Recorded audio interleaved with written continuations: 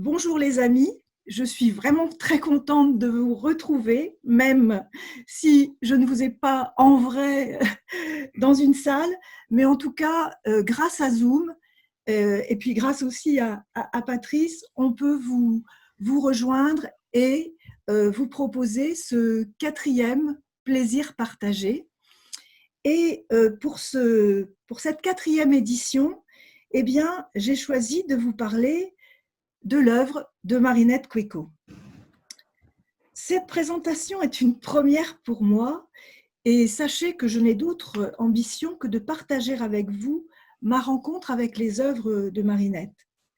J'ai surtout à cœur de le faire avec le plus de justesse possible. Je me suis appuyée sur de la documentation que m'ont fournie Christine Benadretti de la Galerie des Petits Carreaux à Saint-Briac et puis David Koueko, le fils de Marinette, et je les remercie tous deux dès à présent. Comme je ne suis pas coutumière de l'exercice de présentation, j'ai choisi un plan simple, 3 parties qui reprennent les 3 formes principales dans l'œuvre. D'abord, les entrelacs et herbes liées, et là j'essaierai de montrer comment le corps est engagé dans le processus de création. Pelotes et fagots, pierres liées, l'importance du cycle des saisons et du temps à l'œuvre et dans l'œuvre, et puis les herbiers et la sublimation du végétal. Je vais plus ou moins respecter une certaine chronologie parce que c'est un repère qui m'aide, mais il faut savoir que Marinette Koueko n'entreprend pas une forme l'une après l'autre, mais toujours concomitamment. Je repars de son œuvre parce que, comme je vous l'ai dit, c'est d'abord l'expérience du sensible dans la rencontre avec l'œuvre que j'ai envie de partager avec vous, même si ici, il ne s'agira que d'images. J'ai rencontré pour la première fois les œuvres de Marinette Koueko il n'y a pas très longtemps. C'était à l'été 2019 à la Galerie des Petits Carreaux. Peut-être d'ailleurs que certains d'entre vous ont vu également cette exposition. J'ai été très impressionnée par son médium, les matériaux végétaux et les minéraux, et j'étais également très touchée par la picturalité de son œuvre. Et puis là, en travaillant, j'ai aussi découvert la personne derrière les œuvres, et je vais commencer par vous la présenter. Nous allons démarrer avec la naissance de Marinette Koueko en 1934 à Argentat en Corrèze. Elle y vit toujours en partie. C'est en Corrèze qu'elle a pris conscience de ce goût fort pour la nature. Elle dit « Ma relation avec la nature vient de mon enfance à la campagne et de mon intimité avec les minéraux et les végétaux. Ma mère avait un don pour les jardins, mon père connaissait les forêts en expert et chez moi, on nommait les plantes par leur nom, leur vrai nom. » En 1956, elle épouse Henri Koueko. En 1957, c'est la naissance de Pablo Koueko et en 1959, de David Koueko. Elle est institutrice.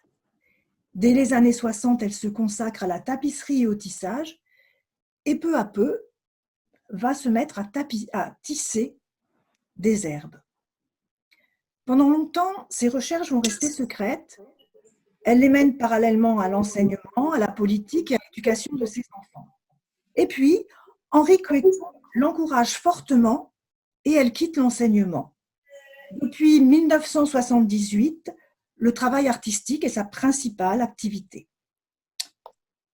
Vous savez, dans les années 70, il n'était pas évident pour une femme de s'affirmer comme femme artiste. Peu de femmes à l'époque avaient droit de citer. Et puis, elle est l'épouse d'Henri Koueko, artiste brillant, extrêmement actif et reconnu. Mais Marinette Koueko va faire son bonhomme de chemin et elle va s'imposer sans s'opposer. Je l'annonçais dans le titre de ma première partie, l'engagement du corps se trouve au cœur de son processus de création. En dehors de l'atelier, puis à l'atelier dans la relation avec le végétal, dans les gestes qu'elle invente, dans sa rencontre avec chaque plante. Elle n'est pas dans la représentation, elle veut retranscrire un ressenti. C'est un long processus. D'abord, Marinette Koueko part en promenade. Elle marche dans les bois, les champs, les prés. Elle marche à son pas, l'œil aiguisé, selon sa formule. Elle s'immerge dans la nature, regarde, ressent, cueille. Les promenades sont un temps essentiel, je dirais primordial. Elle parle d'immersion totale du corps. Elle dit « plus qu'une vision, davantage qu'un regard, c'est un abandon, une immersion totale du corps dans le végétal qui ne peut se réaliser que dans de grandes promenades à pied. » C'est une relation simple et charnelle dont il est question, une sorte de sympathie profonde qui lie les règnes du vivant, minéral, végétal, animal, humain, et à laquelle j'ai le sentiment d'être étroitement associée. Lorsque j'étais enfant, je me couchais dans le pré et j'écoutais mes sensations. Je ne les ai pas perdues. À l'atelier, la relation avec les plantes continue, mais autrement. Comme un peintre prépare ses couleurs, Marinette prépare son matériau. Elle l'appelle son matériel. C'est d'abord le temps du séchage. Là, c'est le végétal qui donne le tempo. Elle sait à quel moment une plante reste souple, se rigidifie, peut être travaillée, nouée, tressée sans se casser, ou à quel moment du séchage ou de la saison le végétal prend telle ou telle couleur. Quand elle va commencer à tisser les végétaux, elle va faire des échantillons, puis un inventaire. Elle fabrique des carrés de 41 par 41. À chaque plante, Marinette Koueko doit imaginer un geste pour faire tenir ensemble les fibres végétales. Chaque rencontre avec une plante se traduit par un geste particulier. Elle tresse, noue, tisse, enroule, entrelace, tricote, file, brode. Elle dit à chaque plante correspond un autre vocabulaire plastique, un autre graphisme, à la fois des gestes et des plantes. Cette diversité m'intéresse, elle nécessite un inventaire. Je disais qu'à Paris, il y a un endroit que Marinette affectionne particulièrement, c'est le musée d'histoire naturelle. Et je vous disais aussi que Marinette Koueko aime les inventaires, et ici, à l'écran, eh bien, j'ai pris quelques images de cet inventaire qui compte plus de 200 carrés. Alors, qu'est-ce qu'on trouve dans cet inventaire? Je vais montrer avec ma petite flèche. Joncus tenuis, jongrelle nouée hérissée, hiver 83. Ginestra cinerea, genêt cendré noué, hiver 81. Convolvus soldanella et Joncus capitatus, tissés ensemble. Ordeum murinum, dit orge des rats, tissé, ébouriffé, printemps 82.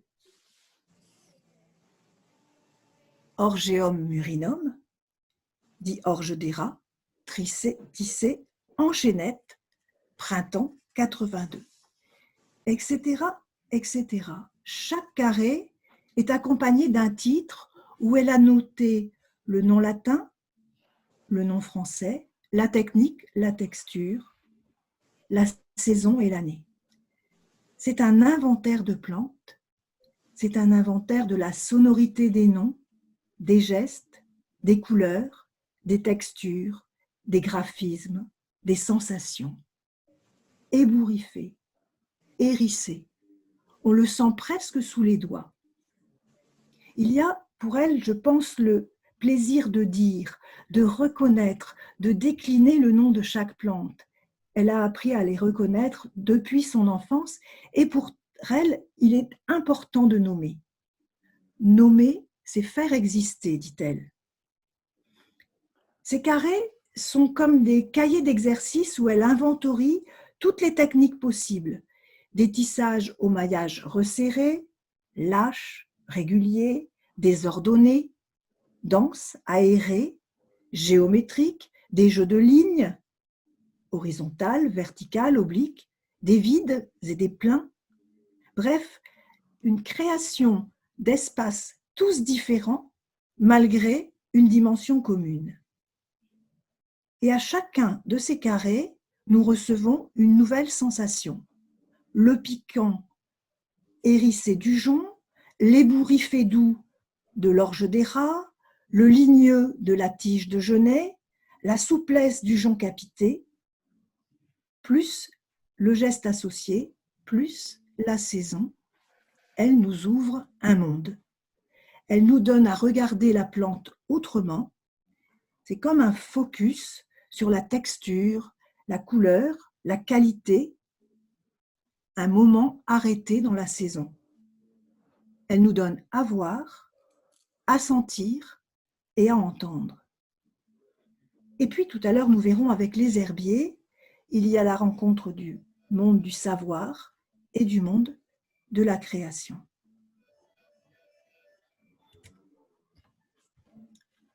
Joncus tenuis, ou jongrelle entrelacée festonnée, hiver 1985, 3 mètres par 2,70 m. C'est un fragment. À droite, Agrostis alba, graminé, finement tissé, rebrodé partiellement. Printemps 1982, 0,41 m par 0,41 m. Elle entrelace, festonne, tisse, rebrode. C'est le vocabulaire de la couture, de la broderie, du tissage. Marinette Koueko utilise les techniques traditionnelles non pas pour les revaloriser, mais pour en faire sa propre écriture, son propre langage. Regardez, comme le feston donne un rythme, un mouvement. Regardez les mailles qui se rétrécissent ou qui s'élargissent, qui se déploient en forme de coquille autour du feston. Comment, de fibres, la plante devient ligne, dessin. Marinette Koueko tisse, sans métier à tisser, tricote, sans aiguille, crochette, sans crochet. Les seuls outils qu'elle se permet sont une pince de philatéliste et une paire de ciseaux. Elle dit ne pas vouloir utiliser d'outils pour ne pas adopter un tour de main lié à tel ou tel outil. Je ne sais pas si l'usage unique des mains est une posture volontaire chez elle ou si c'est la relation à la plante qui lui impose de travailler à main nue pour être en pleine écoute de la sensation avec la plante. En fait, en vous disant ça, j'ai déjà la réponse. Et alors, ça m'évoque un petit peu certains artistes dans les années 60-70 qui se donnaient des contraintes. Par exemple, Simon Antaille renonce à l'usage du pinceau, ou Daniel Buren décide de n'utiliser qu'une brosse de 8 cm 7. Marinette Koueko parle aussi de la contrainte avec la plante, de ce que cela engage, mais aussi que la contrainte lui permet l'invention. Lorsque j'ai commencé à me documenter, le tissage, forcément, ça nous évoque Pénélope, la Pénélope d'Ulysse et d'Homère. Et moi, j'ai pensé aussi à un mouvement féministe des années 70 qui s'appelait les Nouvelles Pénélopes. Mais je faisais fausse route, car en lisant l'historien et critique d'art Isaac Goldberg, eh bien, j'ai appris qu'elle refuse que son œuvre soit considérée exclusivement comme une prise de position féministe. Henri Koueko aussi a écrit sur le détournement que fait Marinette de ses travaux réputés dérisoires des femmes qui ravaudent, qui cousent, qui tressent, qui accomplissent le travail quotidien du ménage. Il repart de l'idée de Julia Kristeva selon laquelle il y aurait de l'ironie dans l'œuvre des femmes. Avant tout, écrit-il, il y a ironie dans ces reprises. Ce travail de femme, habituellement invisible, rendu visible par les œuvres, dignifié, mis en valeur, projetant sa force, sa subtilité jusqu'à l'ironie par cette décision de renoncer à sa vocation utilitaire tout en l'exploitant.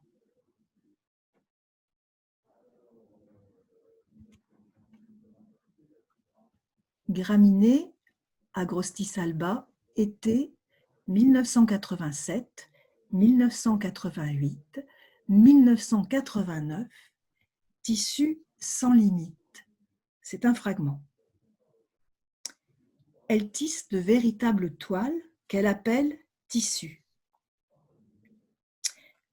Elle a besoin de monumentalité. Après les carrés de 41 par 41, je vous disais, il y en a eu plus de 200, ce travail formel ne l'a plus intéressée, elle avait besoin de démesures, celle de la nature, dit-elle, et grâce aux entrelacs, elle peut tisser des matériaux sur 3, 5, 10 mètres. Au-delà de la performance de la dimension, ce qui m'impressionne beaucoup dans ce tissu, c'est le graphisme du végétal. Le motif des fins épis sur le maillage. Il y a beaucoup de légèreté. C'est comme un envol. On voit presque le balancement des épis dans le vent. En plus, ici, la photographie ajoute l'impression d'ombre chinoise. C'est un tissu délicat, tout en finesse, comme une dentelle. On dirait un voile. Il y a de la fragilité dans ce tissu, mais est-ce bien fragile? On est plongé dans un paysage. On sentirait presque la poussière, l'odeur de la poussière que les graminées dégagent quand il fait chaud l'été. C'est une œuvre qui, pour moi, offre beaucoup de sensations. Et j'avais vraiment envie de partager avec vous cette œuvre-là parce qu'on y comprend ce que veut dire Marinette Koueko dans la restitution d'une sensation et non dans la représentation. Dans un entretien avec Evelyne Artaud, elle dit, par exemple, tu vois cette surface de graminées du pré, très serrée, vaporeuse, colorée par le pollen qui irise la lumière et bouge au vent. Comment rendre cette sensation? Evelyne Artaud, tu opères une sorte de recadrage? Marinette, non. Je veux rendre cette sensation, mais pas à l'identique. Cela n'aurait pas d'intérêt. Je veux restituer ce graphisme, cette matière, cette couleur, cette lumière et même ces odeurs. Ce tissu sans limite est monumental. Je ne sais pas d'ailleurs quelles sont ses dimensions. La monumentalité implique de la durée et de la patience. L'œuvre se fabrique sur 3 étés. Là encore, il va être question de l'engagement du corps. Elle dit, ce travail nécessite la patience d'un geste net et continu qui assouplira sans rupture. L'herbe ni trop sèche ni trop humide exige de la façonner dans un engagement total du corps. À la fois une grande concentration pour trouver le geste précis, sans brutalité, et une décontraction totale du corps pour trouver un rythme lent, répétitif, sensible. Elle explique qu'il ne faut aucune tension dans le corps pour libérer l'énergie dont la main a besoin. Et elle nous dit aussi qu'il y a quelque chose de très particulier, comme dans le tricotage, quelque chose d'envoûtant, d'hypnotique, cette redite quasi obsessionnelle du geste, comme un bercement qui rendrait disponible, ouverte et permet aux idées et aux formes d'apparaître au cœur de la matière. J'avais envie de rapprocher ces graminées d'un dessin de Bob Wilson qu'il a réalisé à l'occasion d'une scénographie pour la chorégraphe Lumina Child. Ce dessin est une trace de danse. Il laisse voir une traversée, un mouvement, un rythme, une intensité. Et par le graphisme et l'énergie, par la finesse du dessin, la taille aussi, c'est un dessin de 9 mètres de long, je lui trouve beaucoup de points communs avec le tissu de graminées. Et puis, je voulais aussi vous montrer cette photographie, bien qu'elle soit floue, parce qu'elle rend vraiment bien compte des dimensions monumentales que peuvent prendre les œuvres de Marinette Kweku.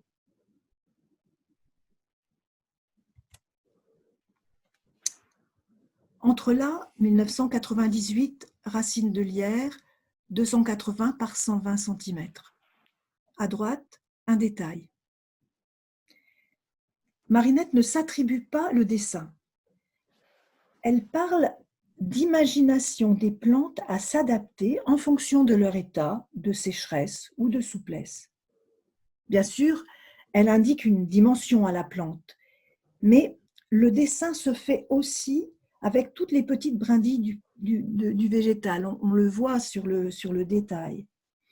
Il y a dans sa façon de faire un dialogue permanent avec le végétal. Elle n'efface rien, elle joue avec toutes les petites ramifications, elle profite des qualités physiques du lierre. En cela, on pourrait dire qu'elle a un respect total et une écoute totale pour le végétal. Alors, bien sûr, on pourrait s'arrêter au dessin du lierre sur le mur. Pourtant, si on regarde attentivement, eh bien, on va d'abord retrouver le parcours des racines, les liens que les racines et les radicelles entretiennent ensemble, la force de la plante, sa vigueur, sa solidité presque soulignée par les lignes plus épaisses des racines. C'est comme une invitation à un voyage souterrain. Isaac Goldberg, lui, écrit que le réseau irrégulier des entrelacs et des nœuds lui évoque les tableaux de Pollock. Et il parle d'un expressionnisme abstrait végétal. Je trouve que cet entrelac se prête vraiment bien à cette notion d'expressionnisme abstrait végétal. On va voir maintenant une autre plante grimpante en Pélopsis, entrelac 80 par 60 2017. Nous avons vu que Marinette Kweku utilise le mot tissu, elle ne dit pas toile. Les entrelacs sont en 2 dimensions, comme les toiles. Ils n'ont pas de châssis. Ils s'épinglent directement sur le mur et jouent avec le mur. Nous avons vu que l'artiste n'utilise pas d'outils et que seul le médium végétal lui impose ses règles. Et à ce propos, Isaac Goldberg nous rappelle que cette manière de procéder a été inaugurée par le groupe Support Surface et que, comme le groupe en son temps, elle cherche à remettre en question les composants traditionnels de l'œuvre. De son côté, elle se dit plus proche des artistes premiers, par les gestes les plus simples, sans autre outil que la main. Elle se dit aussi proche de Claude Viala à cause de la répétition d'un geste simple, de l'empreinte du motif et des supports pauvres qu'elle emploie.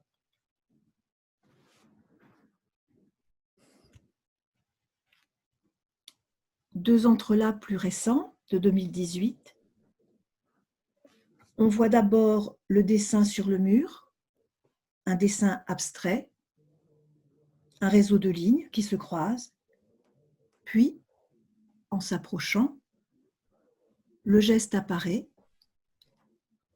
les nœuds, les différents liens, les attaches, comment se font les changements de direction.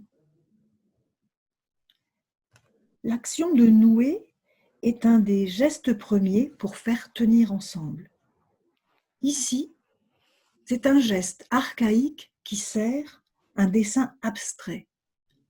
Un geste, vous vous rendez compte, ça donne presque le vertige. Un geste qui a traversé toute notre histoire d'humain pour venir interroger le regard de nous au XXIe siècle. Et vraiment, il y a cette dimension-là aussi dans l'œuvre de Marinette Koueko, un dialogue entre les temps immémoriaux et le contemporain. Alors, nous avons vu que ces œuvres prennent leur origine dans les promenades. Et puis, à l'atelier, elle ne fait ni dessin ni maquette préparatoire. Nous l'avons vu, elle se laisse porter par ce que lui inspire la plante et le moment. Par contre, elle tient des cahiers où elle note avec précision chacune de ses réalisations. Prenons par exemple le jongrel festonné que nous avons vu tout à l'heure. Il se trouve à la 5e ligne. On a d'abord son format, rectangulaire, ses dimensions, la date, nous sommes à l'hiver 85, le titre, jongrel entrelacé festonné. Ça, c'est très important pour elle. Le titre de ses œuvres porte toujours le nom de la plante. Puis le matériau, la déclinaison botanique. Il est écrit « espèce la plus solide, la plus robuste, ferme, travaillé frais, reste vert ». Et à côté, on a une petite tache. Alors ici, elle est en noir, mais normalement, elle est de la couleur de la plante.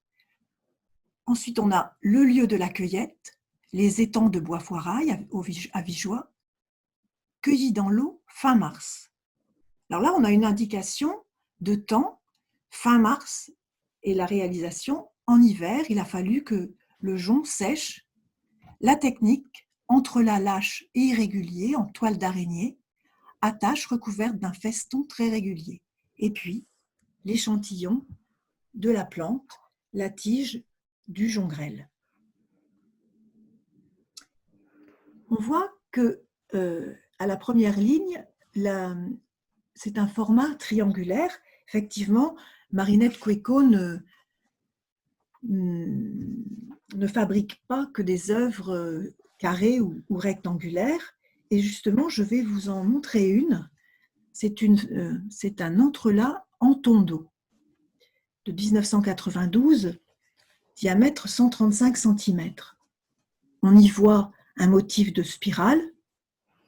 La spirale, on la retrouve dans la nature, bien sûr, avec la coquille des escargots, certains coquillages, les vrilles des vignes et des liserons. Et le dictionnaire nous dit que la spirale évoque l'évolution d'une énergie, d'une forme ou d'un état, qu'elle symbolise un mouvement de création qui se renouvelle sans cesse. Cette œuvre est presque hypnotique. Il y a énormément de profondeur. Enfin, pour moi, on a l'impression d'être face à une représentation de galaxie. On en a presque le vertige. Et j'ai trouvé un texte du critique d'art Pierre Gaudibert qui dit ainsi: le tissage d'herbes de Marinette Koueko signifie un tout-un, où rien n'est séparé, isolé, délié, comme la double spirale symbolise traditionnellement l'infini processus créateur tourbillonnant. Un cosmos et non un chaos, un tissu continu et non un émiettement, bref, des réseaux raccordant les herbes de la planète Terre aux étoiles de la Voie lactée. Un tout-un, unifié. C'est une volonté que l'on va retrouver tout au long de l'œuvre, réunir, unifier, rassembler. Alors maintenant, je m'offre une petite fantaisie. Je vous prie de m'en excuser presque. J'ai pris cette photographie cet été sur un des talus qui menait au château de Chaumont. Je l'ai prise pour les liserons. Et puis, il y a quelques semaines, j'ai repris mes photos. Et là, les tiges des graminées, les lignes qu'elles font, les croisements, ce croisement de tiges, ça m'a sauté aux yeux. J'avais comme l'impression de voir un entrelacs de Marinette Koueko. C'est alors que j'ai compris ce qu'elle entendait par montrer l'invisible. Je venais d'en faire l'expérience.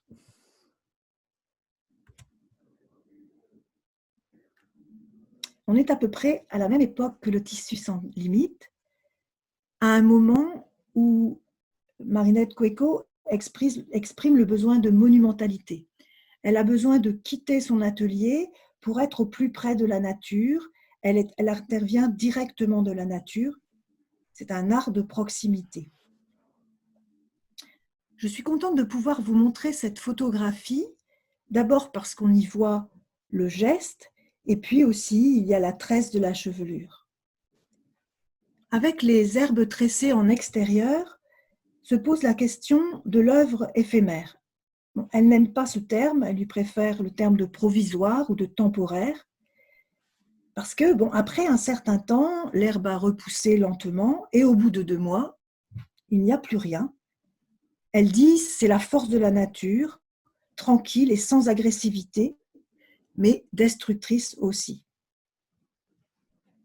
Elle opère un dialogue avec la nature, elle ne s'impose pas, elle ne détruit rien. Elle dit le temps de la nature est bien ainsi, tout dure, mais rien n'est définitif. D'autres installations monumentales en extérieur suivront dans les années 80 et 90, ici dans le jardin du musée de Rochechouart en 87. On pourrait rapprocher son travail de celui de Giuseppe Pennone par la même préférence pour les matières d'origine organique, la même volonté de se laisser guider par les formes naturelles et puis le même engagement physique du corps.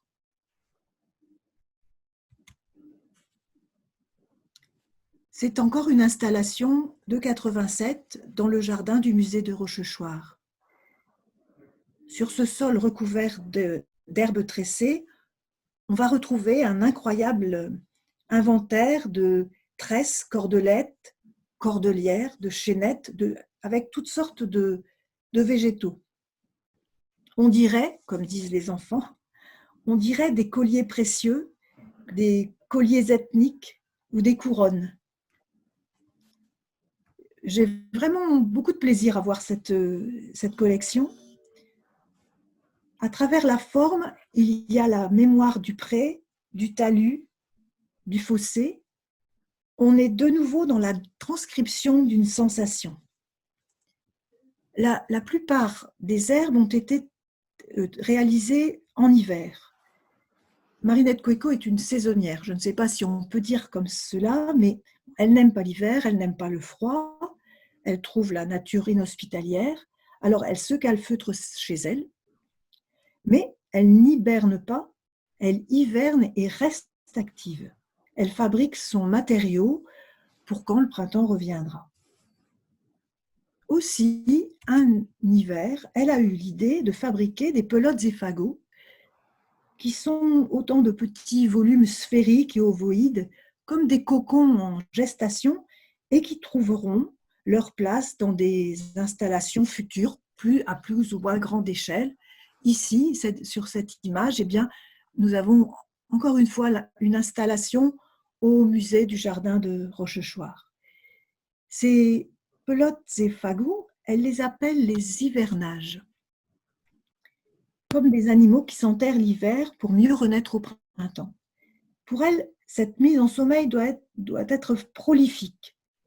Et on peut penser que chaque hiver, de nouvelles pelotes et fagots s'ajouteront à sa collection. Et comme pour les entrelacs, on retrouve une grande variété de formes et de végétaux. D'ailleurs, regardez ici, si l'on regarde le cartel, on voit que les hivernages, eh bien, il y a des hivernages qui viennent des années 80, 89 jusqu'en 2018. Alors, elle va faire elle fait des installations monumentales, comme ici, par exemple, en 90, avec ses pelotes, à tourner à l'occasion de la triennale d'art textile dans la halle Audra. Là, les pelotes sont déposées sur un lit de terre. Et pour ces pelotes, elle s'est inspirée des gars gros piles. ce sont des pelotes de poils que certains animaux régurgitent. Et elle avait aussi essayé euh, de tisser des poils et des cheveux, mais bon, elle est restée aux végétaux.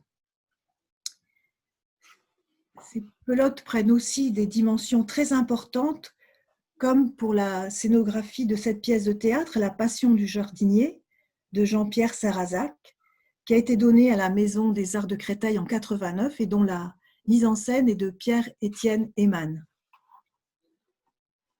Et c'est ainsi aussi qu'en hiver, elle a eu l'idée d'habiller les pierres avec des végétaux. Ce sont les pierres captives, emmaillotées dans un réseau tressé. Elle lie deux mondes, le végétal et le minéral, deux formes de vie au rythme opposé. Elle dit « La pierre semble inerte, mais elle vit au rythme des millions d'années. Elle se transforme, elle s'érode, elle sécrète sa propre énergie. » Le végétal, à l'inverse, évolue très très vite. Les mutations s'opèrent au jour le jour, au gré des conditions qu'offre le milieu ambiant. C'est vraiment une idée très forte chez elle, unifiée. Et là, mettre ensemble deux temporalités différentes, je trouve que c'est une sacrée trouvaille. Cette association d'une durée qui dépasse la temporalité humaine et celle du végétal qui, un jour ou l'autre, est amené à disparaître, au moins au bout de la saison. Elle dit, les pierres, c'est comme un secret. Allô, Pierre. Des vies refroidies, des cerveaux endormis. Quand je les emprisonne et que je les enlace de végétal, c'est un appel du souple au souple. Un petit peu mieux, mais Du quand même léger, puissant, pas une du basse amélioration au formidable. dormant. Pierre Tissé avec son ombre 2008. Dans ce titre, presque un clin d'œil. Les autres pierres captives sont remployées dans des installations bien souvent. Et là, cette pierre est monolithe. Elle prend vie avec son ombre, elle devient une histoire, la pierre a été éclairée, la lumière est passée et nous en avons la trace. L'artiste a immortalisé ce moment comme une photographie, sauf que la photographie, c'est un instantané. Et là encore, une association de deux durées, l'instantané et le temps beaucoup plus long de la réalisation. Alors, elle utilise des galets, des pierres qu'elle trouve lors de ses promenades et qui l'inspirent. Et puis, en Corrèze, la plupart des maisons sont recouvertes d'ardoise, une ardoise d'Alassac qui est réputée pour ses feuilles fines. Et Marinette l'utilise également comme matériau. Ce sont des ardoises récupérées, bien sûr. Et voilà, là, ici, dans cette collection, on va retrouver cette notion d'inventaire et puis aussi la création d'une écriture personnelle, d'un propre langage. Il y a la rencontre très forte entre la dureté du matériau et la souplesse du jonc végétal, la rudesse de l'ardoise taillée grossièrement et la tresse très fine du jonc, deux matériaux opposés qui sont ici réunis, mis ensemble, reliés.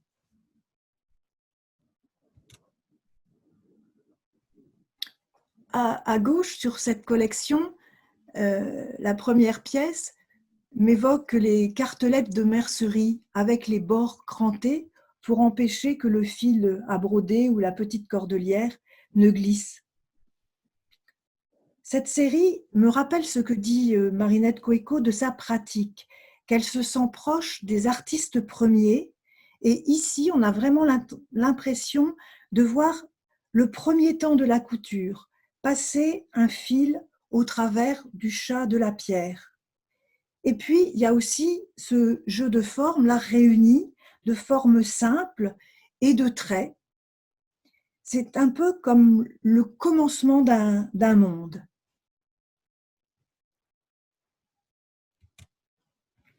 Plus récemment, des entrelacs et des bris d'ardoise Le minéral devient prisonnier d'une toile, comme un peu les pierres d'une ruine emprisonnées dans du lierre.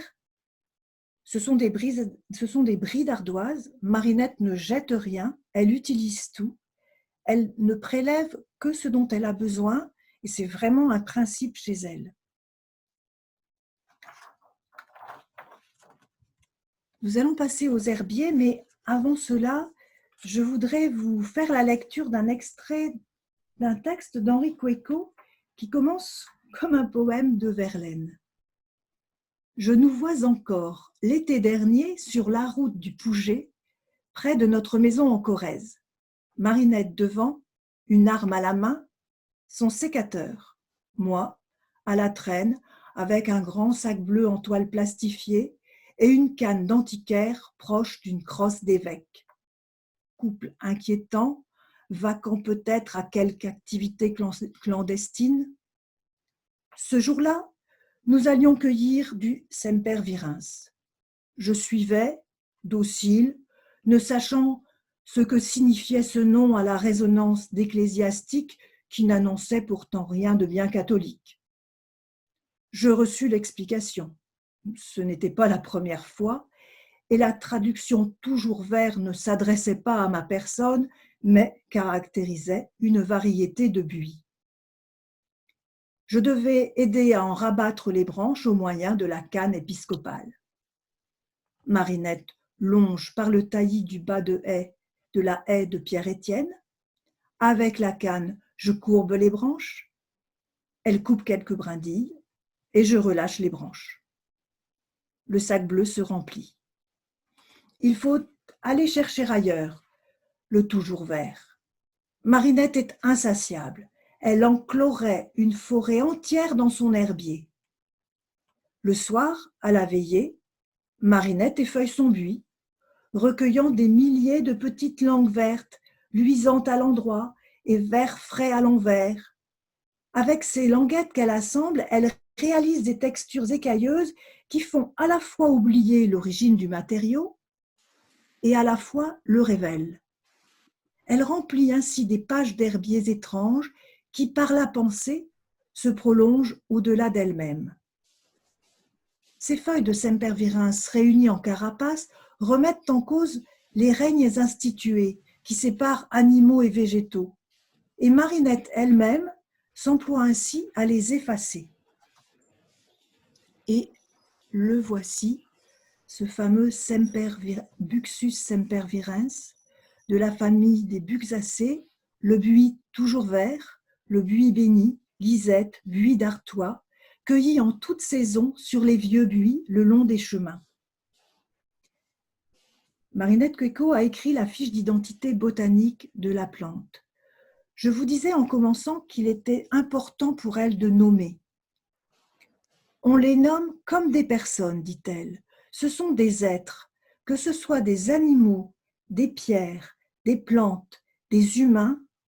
Dans le titre de chacune de mes œuvres, il doit y avoir d'abord le nom de la plante. Sur la planche, une multitude de petites feuilles rangées. Nous sommes dans l'œuvre. Le végétal gagne une autre vie. Nous assistons à une métamorphose. Toutes les feuilles assemblées deviennent une matière picturale, une couleur, des nuances. Les petites nervures blanches deviennent signes, traits, lignes. À chaque planche, une seule variété de plantes. L'herbier est le livre inventaire par excellence. Toujours, au bas de chaque planche, l'identité botanique de la plante, écrite en tout petit, mais cependant assez lisible pour qui en a la curiosité. C'est comme une pensée encyclopédique révélée, un dialogue entre la nature et le savoir. Et puis, il y a toujours l'indication du lieu de la cueillette, bord de Vézère, entre les pierres d'une ruelle à Oletta, murs de pierre ensoleillés au Pouget, bois de Marie, bois de Louis. Toutes ces évocations nous ramènent aussi à la réalité concrète de la plante. L'œuvre ne peut en être dissocié.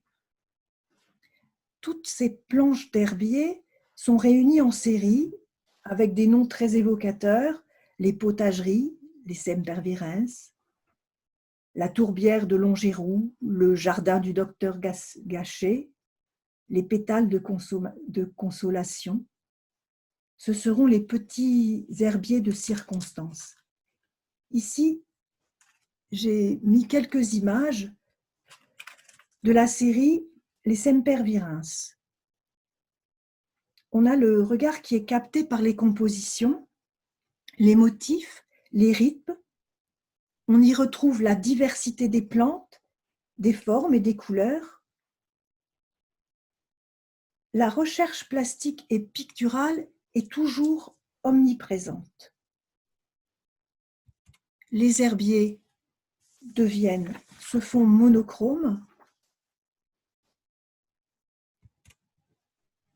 Les plantes se font peinture, dessin, comme ici à gauche, la grande feuille de rhubarbe et puis à droite, les menthes à feuilles rondes. Les plantes font tellement corps avec la feuille que l'on pense aux fresques des premiers siècles quand le pigment se mêle au mortier.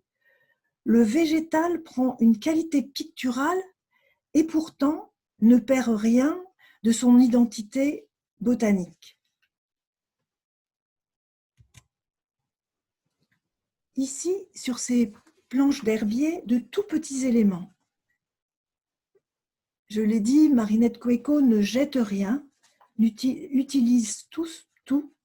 Et ici, nous avons des queues de cerises, des pétales, des étamines, des petits morceaux de lichen qui créent des graphismes, un peu des paysages japonais. Elle dit « le matériel, c'est le matériel qui parle ». Et tous ces petits éléments, elle les magnifie, elle leur donne une autre vie qui dépasse les saisons.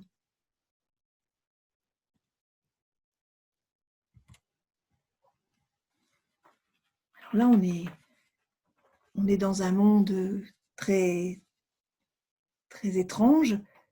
On est dans l'abstraction, dans un paysage. Le médium végétal opère comme une peinture. Il nous offre un espace où l'œil voyage.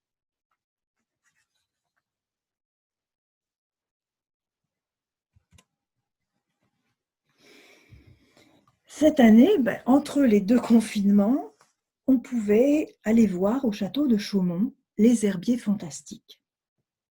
Alors, l'exposition présentait des entrelacs, une installation au sol, et puis il y avait des herbiers monumentaux, comme celui que l'on voit sur le mur du fond, une grande pièce de Berce du Caucase, et puis la série des herbiers aux formats allongés. D'abord, ce qui frappait quand on entrait dans la pièce, c'était la cuisine du château, l'ancienne cuisine du château, c'était la taille de certains végétaux, comme s'ils avaient été agrandis. Je crois que le fantastique commençait là déjà. Point besoin de s'approcher pour s'en délecter. Les végétaux envahissaient notre champ visuel. Je suis allée quand même rechercher le sens de fantastique dans le dictionnaire et je lis qui est créé par l'imagination, qui n'existe pas dans la réalité, fabuleux, imaginaire, irréel, mythique, surnaturel.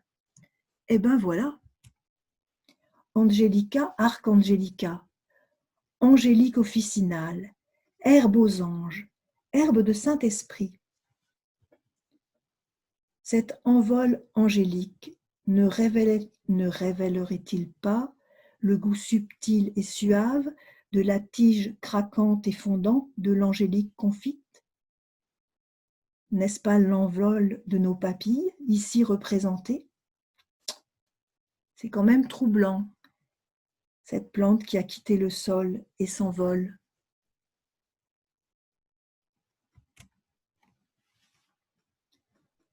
Convolvulus soldanella, liseron soldanelle.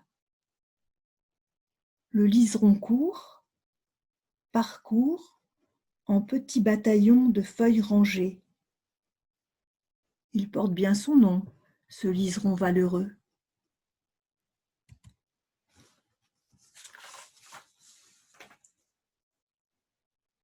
Héracléum sphendilium, berce du Caucase, herbe du diable. Dans la nature, la berce est une grande plante à la tige creuse et assez épaisse et très ligneuse. Quand on regarde de près, quand on s'approche de cette page d'herbier, le charnu de la feuille, l'épaisseur de la tige ont disparu.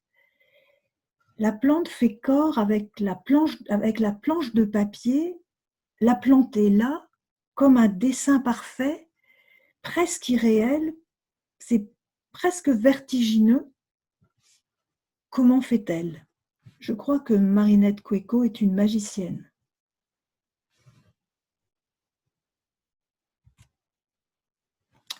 Allium sativum, ail, de la série des potageries.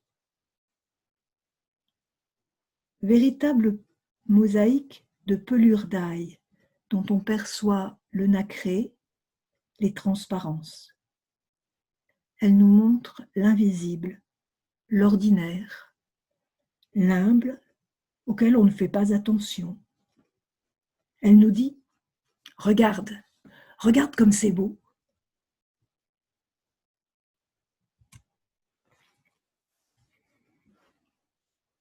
Artemisia vulgaris, armoise, Artémise, couronne de Saint-Jean. Jeu de motifs presque hypnotique, changement d'échelle, de nuances. Surplombe-t-on une forêt?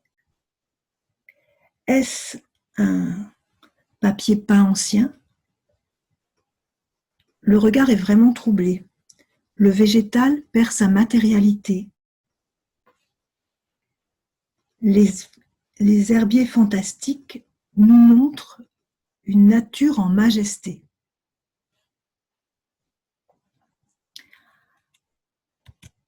Après le décès d'Henri Koueko en 2017, Marinette réalise une nouvelle série d'herbiers, les pétales de consolation. La picturalité domine, le végétal change d'état, la nature est sublimée. À chacune des planches, les pétales couvrent toute la surface. Chaque planche est un petit all-over. Le regard est capté par la densité de la couleur, de la matière. Regarde, il y a de la beauté dans un bouquet fané. Le coquelicot devient lumière.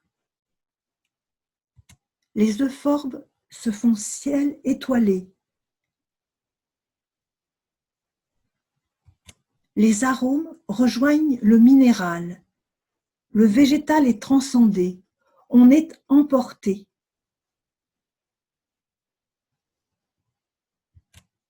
Le chiffonnet des roses nous livre le fin dessin d'une trame et la couleur gourmande d'une confiture.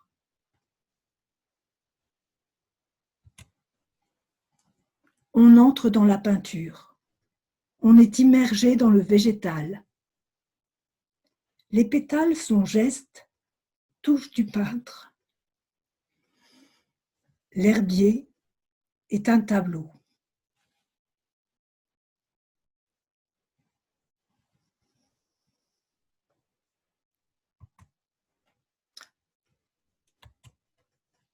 Ainsi, Marinette Koueko nous donne à regarder et à ressentir comme jamais la nature et par extension le monde du vivant. Elle nous incite à en prendre soin, à prendre sans posséder ni détruire, à regarder, à être curieux. C'est cette générosité-là aussi qui m'a touchée dans l'œuvre qui m'a touchée dans son œuvre. Je vous remercie pour votre attention.